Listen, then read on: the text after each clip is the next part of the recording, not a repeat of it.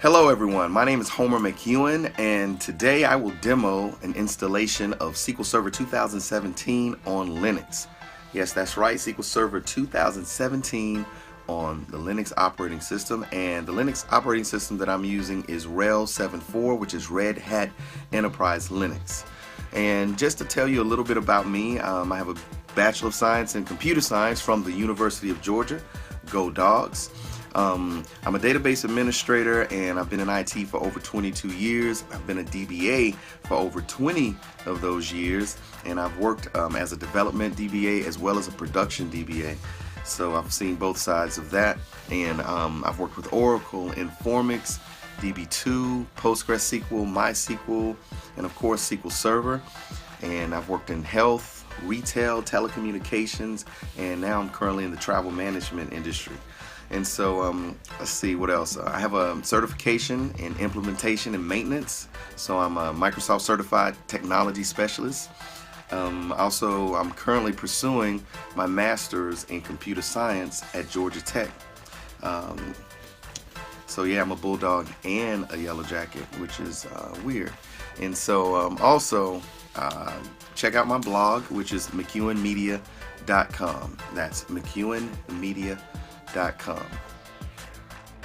Installing SQL Server 2017.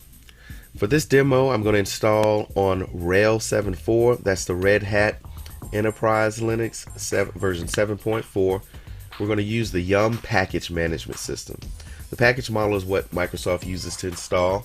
And we're going to install individual packages such as the relational core engine for SQL Server, integration services, SQL Server Agent, SQL tools. You can also install full text and high availability.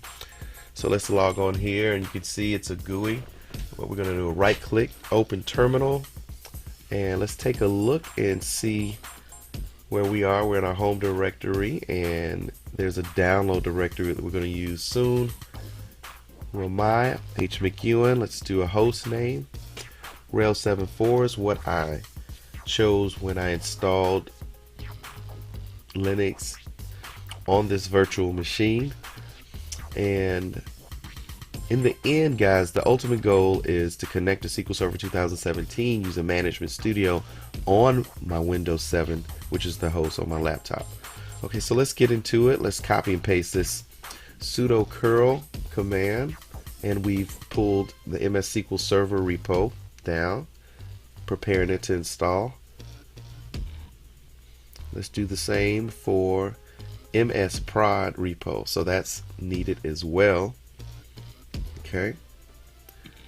All right. As you can see, this enabled equals 1, and the GPG check equals 1 is a good thing too, because it verifies this key to let you know that you have the right packages. Okay. So let's just see what we actually have ready to install. If you do a Yum search MS SQL, you can see we have MS SQL Server, which is the relational engine, SQL Server Agent, which we're going to use later on in a demo, full text, high availability, integration services, and MS SQL tools. This is a good thing because we're going to use SQL command later on, and that comes from the installation of the MS SQL tools. And so what I found is that you have to run this subscription manager and register your name and username in order for things to work. And this is done actually on the Red Hat website. So you go to the Red Hat website, pretend like you didn't see that password, guys. I may blur that out. Anyway, so you have to register in order to get things to work. And I've tried in previous installations and just can't get around this. So go out to the Red Hat website and get a username and password. And if you're going to install on Red Hat, there are other Linux operating system versions you can use, like Ubuntu, but for now we're just going to go with this Red Hat installation. I've also installed on a Docker container. We're not going to do that in this demo. Okay, so let's see, registering to, and we've got a status subscribe, so that's a good thing. But there's one more thing we need to do. We need to also run subscription manager attach auto. So let's clear the screen and let's do that. You'll see that I had some issues with copy and paste that I'm going to cut out and edit. So be careful if you're copying, and a lot of these commands are long, so you want to do a copy and paste. You can get in trouble with that because of dashes and things. So let's see, we're running the subscription manager attach auto, and there are times where occasionally you may have to run a sudo to get the higher privilege to run as root. You may have to do a sudo yum update, which I've had to do, and it takes a while, maybe 10 minutes to complete that if you needed to run that, but we're not gonna need that in this installation. Okay, so our status is subscribed. All right, so the next thing for us to do is to go ahead and install some of these packages that we have ready. And we definitely want to install MS SQL Server, the core engine. We want to install SQL Server Agent and tools. All right, so once you do that, you'll get a series of questions to say, yes, this is okay, install. You really want to install it, you press yes, yes, you accept the license. Okay, voila, as they say, complete. If you look up top, you'll see where it says please run sudo opt MS SQL. This is the configuration setup. So let's do that. Okay.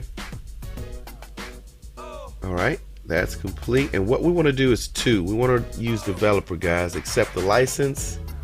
Okay, put in the password that you entered for your system administrator when we set up. Okay, SQL Server is now starting. All right, so what we want to do now is open up these firewalls so we can get out and things can come in. We can have a success here.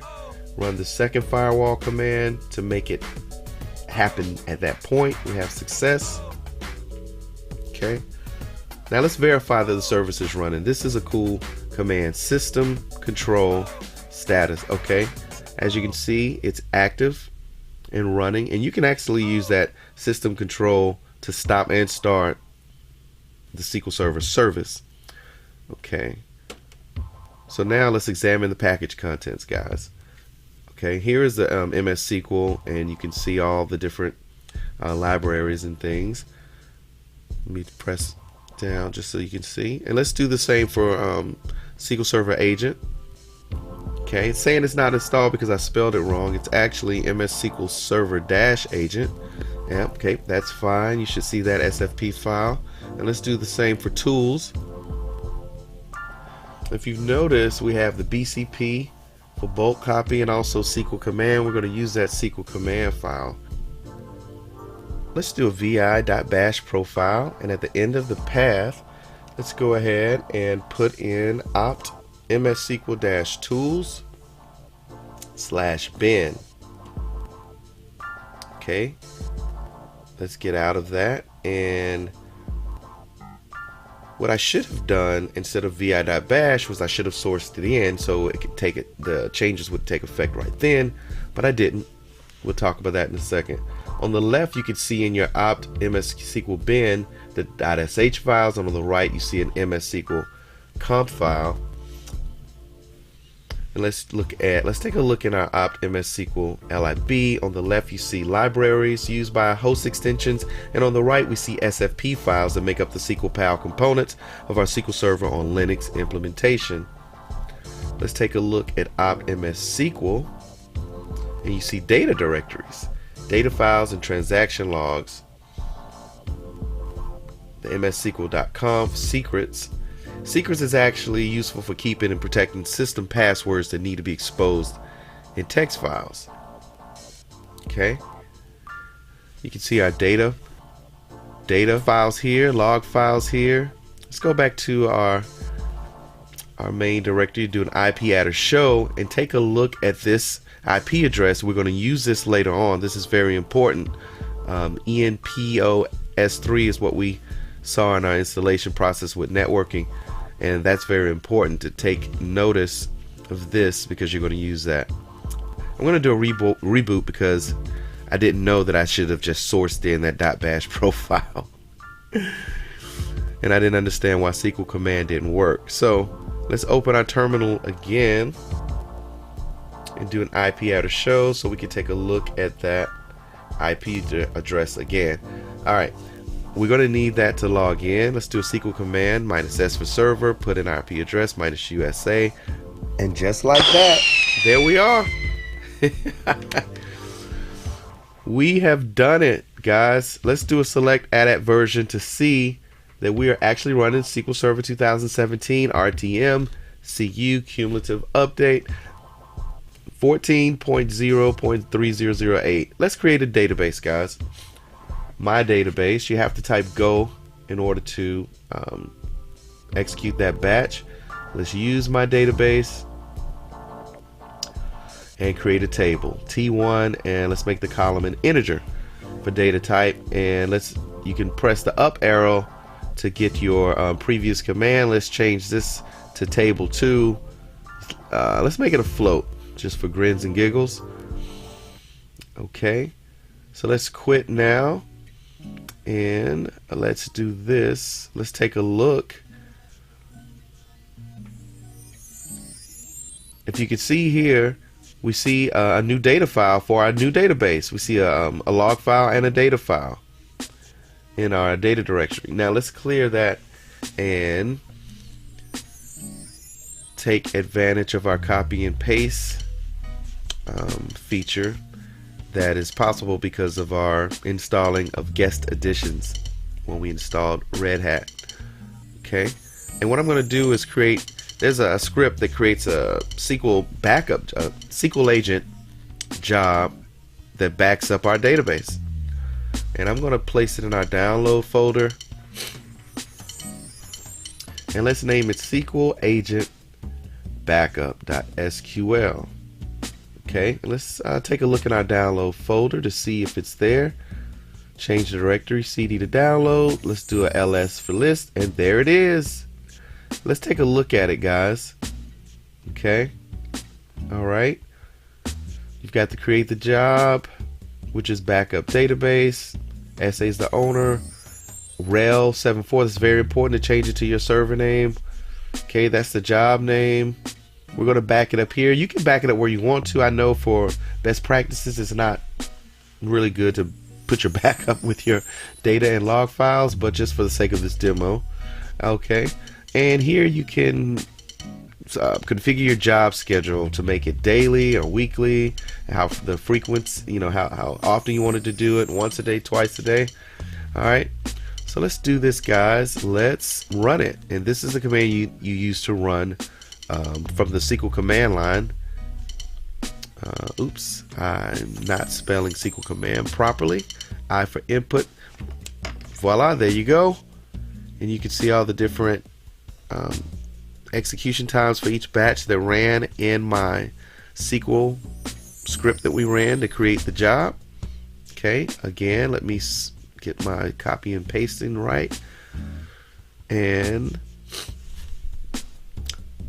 let's go into MSDB. We want to run this now. We don't want to wait for midnight. We want to actually run it now so that we can see we can run our job. So we're going to manually run it, and you can see the backup database started successfully. Alright, so let's quit and take a look.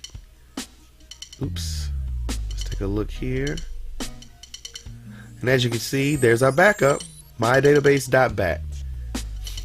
Again, guys, I know the backup shouldn't be in the same file system as our data and log files, but again, that can all be configured and changed. And there it is. We have our backup file. So let's do what we actually ultimately came to do. What I ultimately came to do. I already had 2012 on my laptop. You guys can go out and get the latest version of Management Studio. It's free, and do the same thing.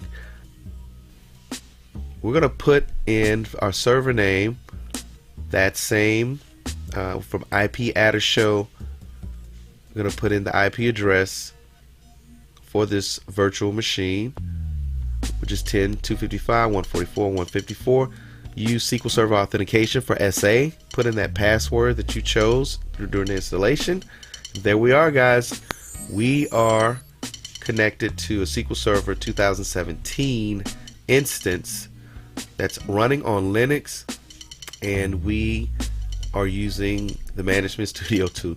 We're taking a look at the backup job, and we're looking at the history, and you can see where it ran successfully. And yeah, that's it. SQL Server 2017 running on Linux, and on my Windows host box I have Management Studio. Let's run a query. Let's do a select star. Let's choose our database from that T1 table. We don't have any data in it, but we see column 1, which was created when we were logged into our Linux server using the SQL command tool. Thank you for watching, everyone. I really wish I could be there at the Atlanta MDF monthly meeting, and I'm not there because my Bulldogs are playing as we speak in the national championship at the Mercedes-Benz Stadium, and I'm currently there in the stadium. So I would be here if I could, but I'm watching my Bulldogs. I gotta support them. Go Dogs. All right, thank you for watching.